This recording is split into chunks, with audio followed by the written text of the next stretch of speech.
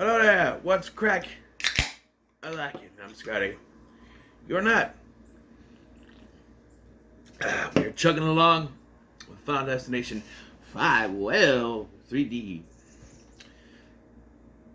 But, yes. So this one was released in 3D like the other one, but this one feels like they decided, because watching 4 last night, it's clear they didn't care. They didn't. At this point, it was all about the splatter, the gore. That's all they wanted to do with that one. They wanted what people call a Taco Bell movie, which is what that movie is.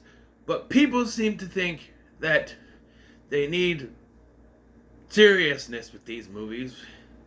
And to a point, I can see that went too far with the popcorn movie type feel, where you just want to see people die, because the in-between scenes in that one don't do anything to do any more characters. Just, oh, now we gotta go over here, and now we gotta go over here, and then do the same old rinse repeat of, oh, we have to try to stop it.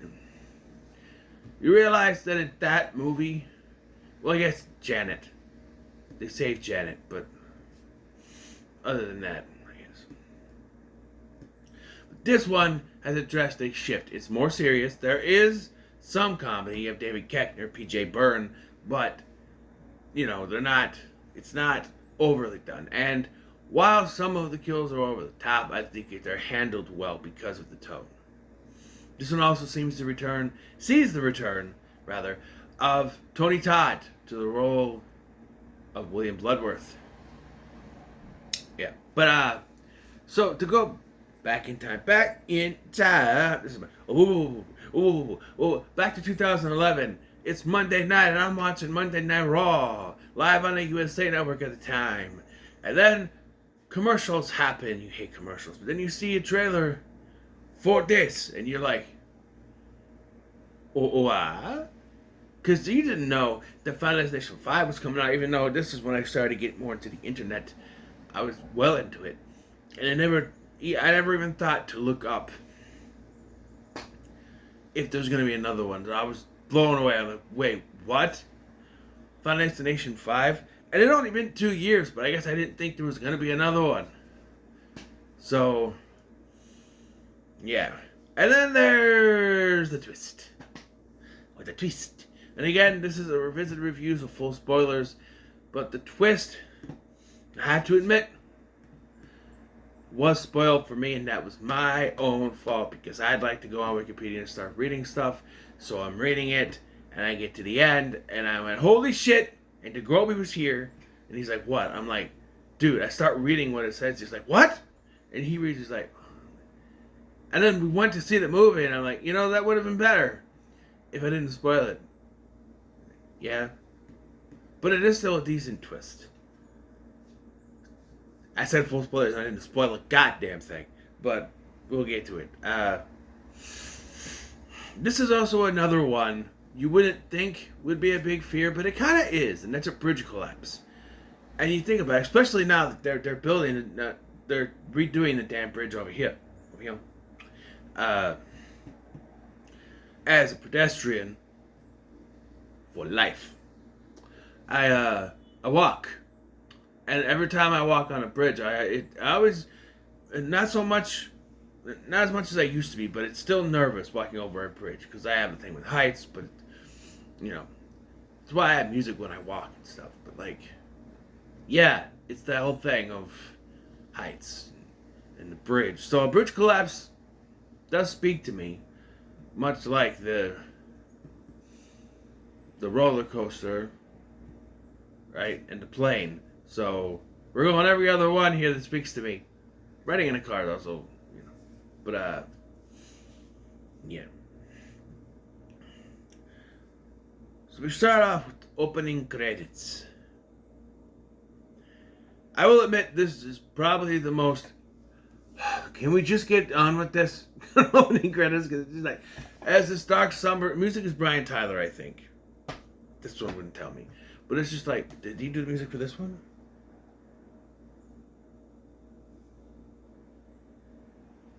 Jim Wynn. I don't know. But I was just like, Okay? I just want to get started. I want to fast forward, but it just didn't matter. I was making breakfast while watching this, so there's that. But yeah. Then we see that our characters are going to be part of this. What is it? Like a paper company or something? Some kind of business company. I don't think they ever explain what they do. But yeah, we meet Sam, our main character, played by Nick D'Agosto, or Nicholas D'Agosto, who you may know from a lot of things. I know him from the movie Fired Up. How do you spell Fired Up? F-U. I don't think that's right. Fired Up. He was Wes on Heroes. And yes, I will eventually finish that show. A lot of stuff going on. So. And he's getting ready to go, and we meet his buddy Peter, played by Miles Fisher, who was the fake Tom Cruise in superhero movie. Drag I can't even fly. I can fly. This just in. Tom Cruise is dead. Says across the screen. Can't fly. Yeah. He's also played Christian Bale in music videos. He has a pretty decent music career. Check out the song New Romance. It has the cast from this movie. It's like a Final Destination music video. So check that out. It's not on a DVD, unfortunately, but it's... Yes, it's the only one I own on DVD, because I haven't had the oomph to replace it. Because at this point, like, the only way I could do this is if I get one of the other collections. But the collections use such a generic looking... It's like a skull or something. Final Destination. You know? So it's like... I like that one. Or not that one. The one... This one that has the pictures on it. Yeah, but they're not... It's basically... It's this picture, and it says Final Destination Collection on it. That's it. Why we use that picture, I don't know, but... Other cast members, we have PJ Byrne as Isaac Palmer. He's the douchebag. We meet Candace, who is Peter's girlfriend. I don't know the actress, I'm sorry.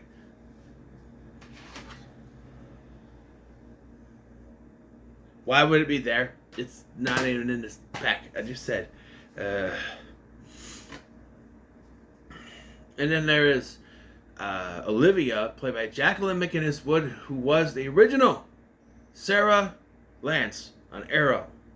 Yes, Katie Lotz was not the original one. They recast her for season 2. So she's the original one. They used her picture throughout season 1, and then they're like, oh, let's just recast her because she was busy with a soap opera or some shit at that point, I think. So David Koechner plays the boss, Dennis, and my boss's name is also Dennis, and he's also bald on top, so that's been interesting. And he is looking for Mike. I don't know his name. One last character. It's not Mike. I don't have. Hold on. I think I can. Nathan, played by Arlen Escopeta, you may know from the Friday the 13th remake. Yeah. You know, what? Just because I'm black? I rap music? I'm sorry, I apologize. Yeah. So what kind of music is it? It's rap. But I don't appreciate the assumption. But, yeah. I guess I didn't point out David Koechner. You know David Koechner. Anchorman. Did it. I think he was on The Office for a little while. Did it. He was Cooter in the Dukes of Hazzard movie. Did that. You know, it's David Koechner. Right? I remember when I saw he was in this, I'm like, oh. But to be fair, it's one of those examples of comedians in a serious kind of movie that works. Because he's not really the comedic. PJ Burns is the comedic guy, but yeah.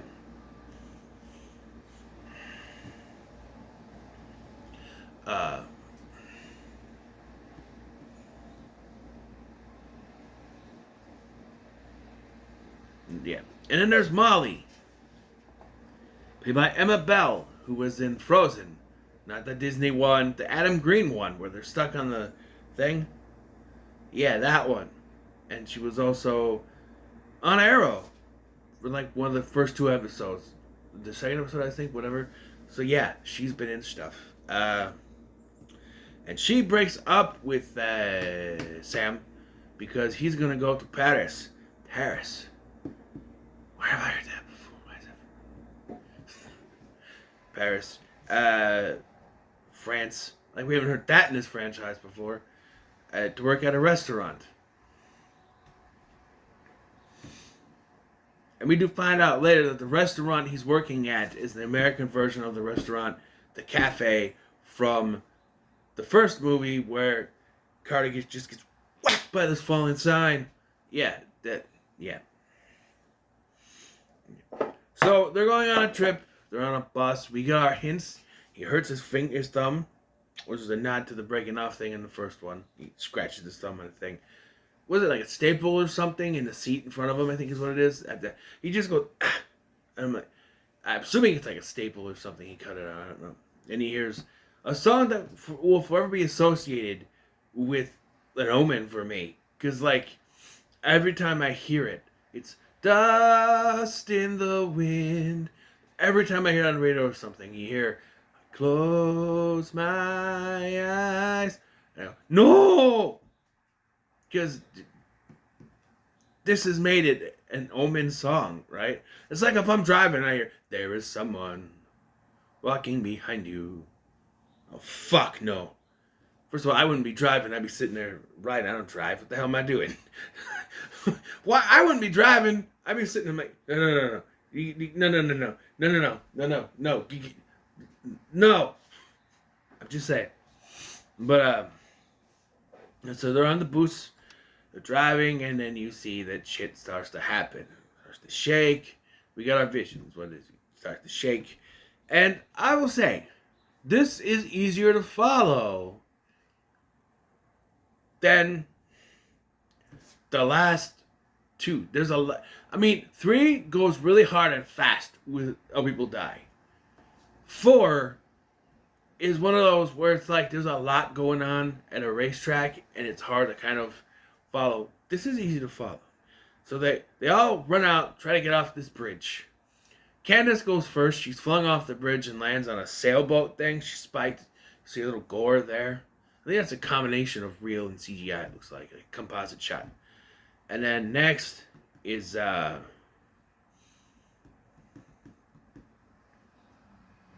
Isaac, who was in the bathroom in the bus. Now, for years I thought this wouldn't kill him.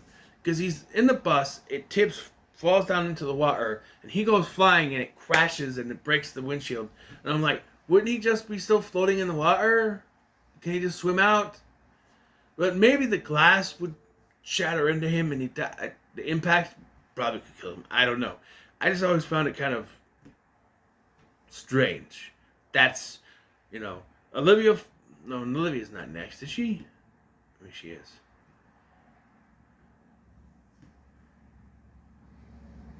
Olivia? No, it's Nathan, right? He gets taken out by the running thing and squashes him. Then it's Dennis, who gets the worst of all this fucking shit. He falls off the bridge, he's holding on to it, and Tar falls over and just covers him, and he gets scalded. Although, realistically, he would survive that. He'd just be horribly scarred for the rest of his life. But apparently he dies here. Olivia falls into the ocean, or river, whatever it is, and then a bus falls on her, or a car falls on her, is what it is, a car. Again, it's another one you could say, wouldn't she survive that? Maybe, I possibly. If she went underwater and swam down, she might be able to, but she just like, huh? And down to our last 3, and Peter gets cut in half, he gets spikes, like the metal rods going through his face. And then Molly's doing the one that gets hit to the other side, and Sam gets just cut in half by a thing. Or is that Peter? I get those two mixed up. And then it's a vision. And yes, there's CGI. It's better CGI. But it's still CGI, but it's better. So he immediately freaks out. right? Oh my God, bridge is gonna collapse. We gotta get out of here. He immediately grabs Molly. An interesting thing to point out here: Molly goes with him. Sorry, I got an itch. That itch. Molly goes with him, right? She doesn't say no. She runs off with him. She just broke up with the guy, but she's willing to go with him. She believes him, right? Much like with Clear in the first one, but like this time he grabs her. They run off, and Dennis tells Peter, "Hey, go get him." And everybody just starts to kind of pile out of it, and then it starts to happen, and they get to the other side, and it all crashes. And yeah. And for the first time since the second film, we have an actual police presence in this film. Of that of Detective Block, played by Courtney B. Vance. Yes, and he is investigating stuff that's going on. So, yeah. He's trying to figure out what happened. Who'd have thunk it? Common sense to have a police presence in this film. But, yeah. Then we go to the funeral. And there's a joke that for some reason they think Isaac died. He's like, "Do you say my name?" And Nathan's like, "I see dead people." Because that's one of the hints of when this takes place. Because that would be fresh in everyone's mind at this point. This was late 99, early 2000, right? So, yeah. Because, like I said, I guess I didn't spoil it. This is a secret prequel. Right? I guess I should have said that. I said full spoilers before and it didn't spoil anything, but this is a secret prequel. And that's one of the nods that you're supposed to be, you know. But yeah, so they're all kind of talking about what happened and everything. And you see Isaac going through some stuff. And here, if you pay attention to this, if you pay attention, when Isaac takes out the coupon for the massage, he looks at it, you can see the date, the expiration date is in 2000. And a normal response, if you notice this and saw this, would be like, well, that's expired, you can't use that. Why was it even in her desk? But really think about it. Look at the technology that's used, the cars, the phone that he used the old flip phone, which probably wouldn't have gotten me because my phone at the time, hold on, I can actually go get it because I still have it.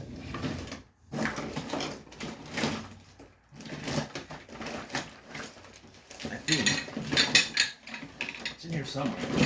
There's my tape measure. Oh, there we go.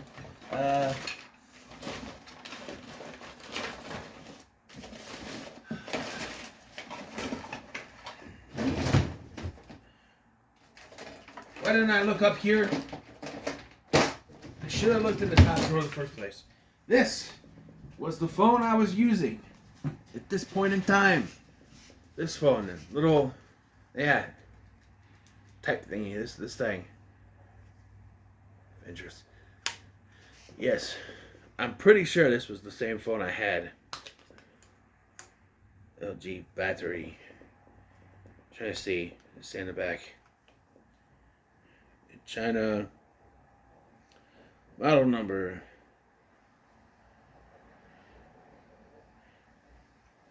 Doesn't say a year on it. Or anything. Wait. Do not disassemble.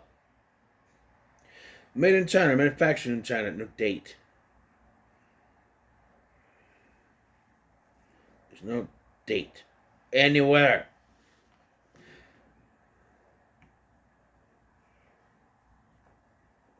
But yeah, this was my phone at the time. This was 2011, so it was something like this.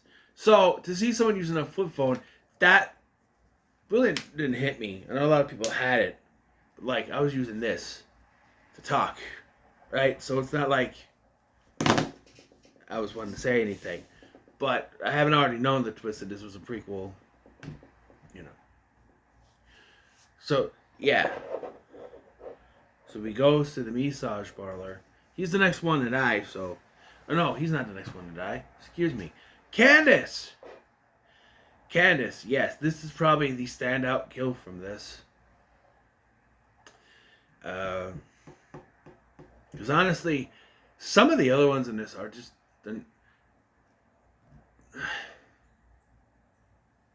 No, there's really not any other ones that I can think of that are. There's one that makes you go, ah. But other than that, it's just like, so she's in gymnastics and shit. And Peter is there. I'm watching this and I realize this is one where our main character, Sam, is not present. He doesn't show up till afterwards. I'm like, that's right, he wasn't there. Though I remember him being there, but that's at the afterwards. He's not there. Usually stuff happens. Like, well, I guess the racist guy in the last one, he wasn't there. But like, if you think about the other stuff, they're usually connected, right? Who's the first kill after everything? Todd, his best friend. He runs to visit, right? But he's connected to that because he has the little thing that flies out. Todd. Second one, it's her friends. So that's the first one. Her friends. It's not Evan. Evan's not the first kill after the accident. It's her friends. They get smooshed by the car. So technically, that's the first one. And then the third one is Ashley and Ashlyn, and she's trying to contact them to warn them. So here, he doesn't show up till afterwards, so it is somewhat connected. But yeah, this is another one where it's a Rube Goldberg thing. It kind of leads you in a direction. But unlike that stupid-ass salon one from the last one, this actually works. Because there's like a nail or a screw or something that falls and lands perfectly on this balance beam. Perfectly. So you see it, and they do a good job having a foot go around it and everything. But everything that they lead up to works, except for maybe the water dropping on the electrical cord, which you should not have an exposed electrical cord anyways. But yeah, she throws a towel on it, which would not help it, would not stop something from happening, and anything that would start a fire. But whatever. So she goes to do the bars, do the flipping stuff, and this is when it goes down. The other person that gets on the balance beam steps on the nail. She falls down and knocks over the powder that they used, like Biggie used to do. Oh, 903, no, I need 5. Blows in her face. She flips all around. She's going to do she's flipping on the thing at the time. She flips around, bends over backwards, kind of like the sheriff's kill in Friday Part 6 where he gets bent backwards. That's what it is. That was practical. It's a CGI, but it still looks good. And just the look on Peter's face. Right? I do like the lady's like, someone call an ambulance. I'd be like, nah, call a coroner. Ain't no way she's alive. But yeah. I should mention Tony Todd does make an appearance at the funeral where he's like, death doesn't like to be escaped or something like that. And then here he shows up again. They're like, Sam's like, what? So, yeah. You know what? I feel for Peter because I had a girlfriend who went kersplat while doing gymnastics. Oh, really? Yeah, I did. What was her name? Huh? Your gal. Her name. What was her name? Shh. Darren? Stern? Yeah. Darren. Stern. Yeah, anyway, so I feel for the guy, I feel for the guy. It sucks, when that happened to her. Stern. Right. Stern. Anyway,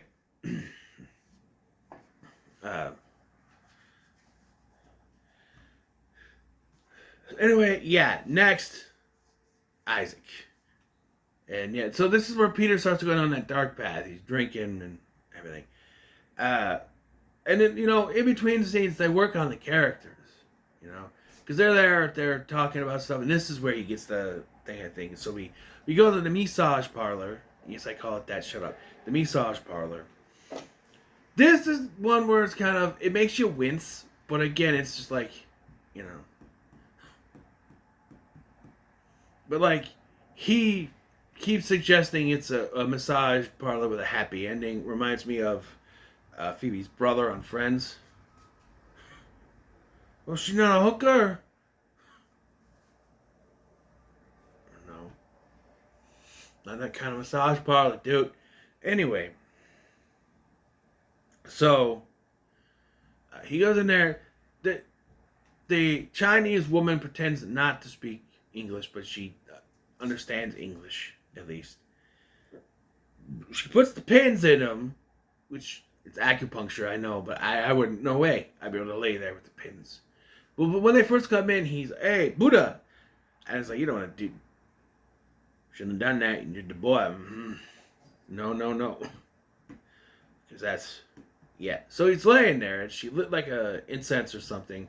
That starts the bottle of alcohol she used to sanitize the needles falls over, starts leaking everywhere. Fire starts.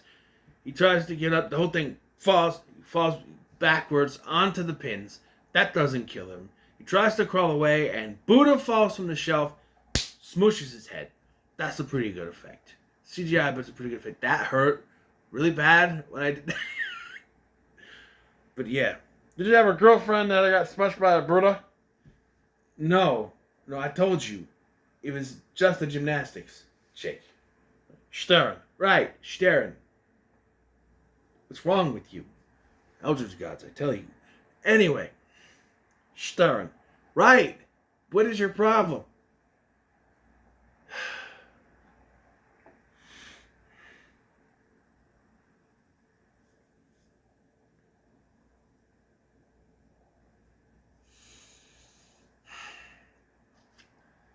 So he's dead. And then they see the guy again. And finally Sam's like, are you following us? Why are you following us? What are you doing? And he's like, my job. And he shuts it. It says county examiner's office on the side of on the door of the van, and then he turns around. And I like how he's just like, my job, and then he turns and has to stop so that people can see. Yeah, that's right. I'm a coroner. That's a coroner. And props. Because you think this is to be a sequel. They try to make him look younger. He has less hair than he did, but they try to make him look younger, So he's like, well, there's a way you can get out of this. And when you keep in mind that this is a prequel, this makes no sense. He's like, if you were to take someone's life who was not meant to die, you get their years. And I'm like, yeah, but if that was the case, why didn't you tell anybody else? Right? You didn't tell that to Alex and Clear. You didn't say that in the second one. Right? It's for this movie to build up tension later, but just well, after this little chit chat, Olivia is next, and she's gonna get laser eye surgery. People will ask me, why don't you get contacts or even a laser eye surgery? And I say, well, contacts would be too hard for me to keep trying to take in and out. And as laser eye surgery, as it stands for that, I've seen Final Destination 5. I'd rather be blurry vision and glasses. Thank you very much. Even though this has been debunked, there's no way the laser can get that hot to burn through your eye. But I'm just saying. I also think this one is kind of stupid. But it's not the laser. Because you think, if we're going for this was 4, the laser would have blew her head up. Right? And you'd be going, oh, come on. Because remember, these people are now made of jello. So, yeah, I don't know. But, no, she's in there. She's nervous. She has a teddy bear for some reason. Let me be your loving teddy bear. The teddy bear. And,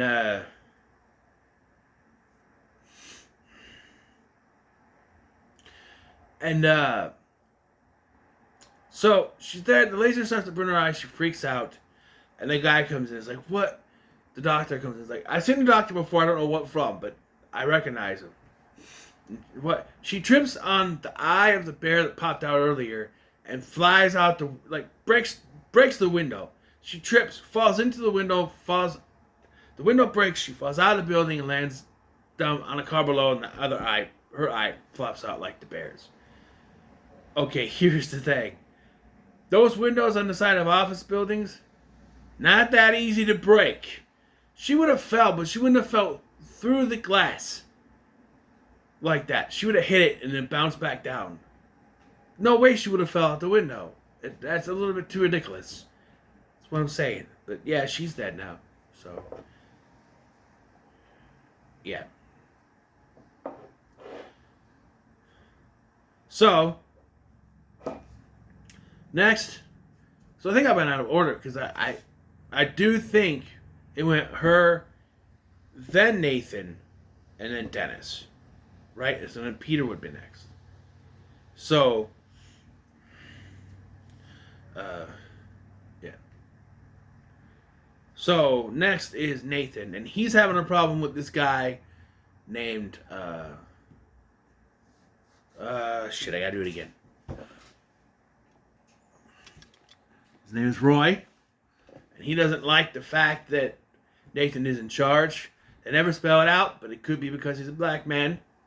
They try to play it out like, oh, he's way younger. I've been doing this longer than he has. I could do a better job. That situation. They're arguing again for like the 1500th time in this movie. Probably not the second, but anyway.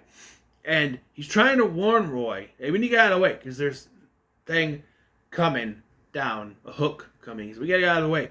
And he's like, no, we gotta talk right here. And he's trying to pull him away, but in doing so, he resists and he falls down the thing. Hook gets him. Roy dies. And so now he has Roy's days that are left. And the more I think about it, the more this is kind of stupid. So, like, this plays on the fact that everyone is destined to die, which is true. But, like, it plays more on destiny to die. Like, we have a certain amount of days on this planet, and that's all you have. Like, we're predestined to have just those many days, because now he's got his days, and we find out later that they weren't that long, actually. But, like,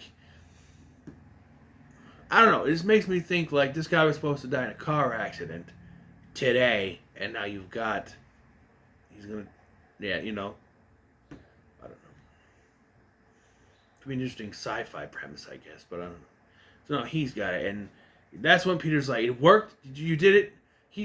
The way that Peter's trying to make him confess is like he did it on purpose, but it was clearly an accident. But so Peter's like, yeah, it worked. Okay, cool. And they're like, well, who's next? Who's next? And it's Dennis, and his kill is by far the dumbest. A hammer flies out, hits him in the face, or a wrench or something flies out, hits him in the face, and just kills him. Kind of stupid. So now we're down to, it's Peter's turn. Peter is hit deep end.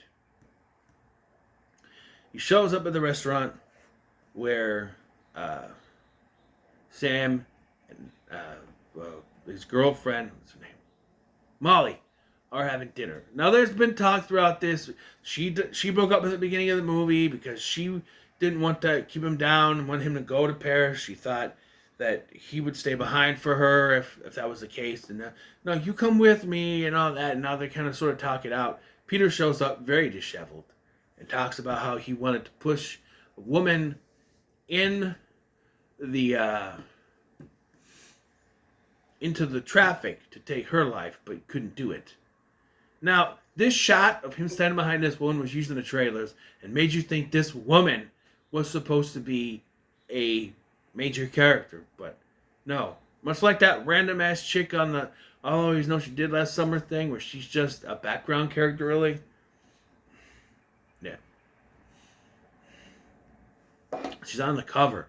She's not really a character. So he's like, I couldn't kill someone who didn't deserve to die. But then I thought, Candace didn't deserve to die. So now he's gone full-blown cuckoo. He's gone bye-bye Egon. And he wants to kill Molly because Molly didn't die in the premonition. So he thinks she deserves to die. Now let me tell you something. When my girlfriend, Sharon, when she died after going kersplat when doing the gymnastics, I didn't go off the deep end. I didn't decide to kill someone else, though. And that wouldn't have made much sense. But so I don't know. He's gone a little crazy here. I wouldn't have done this.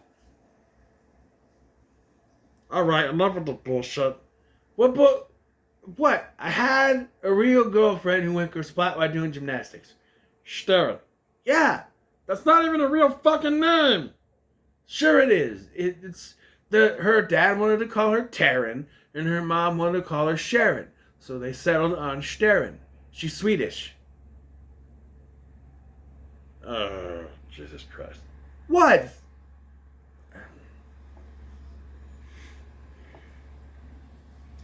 Anyway, so now it becomes a thriller.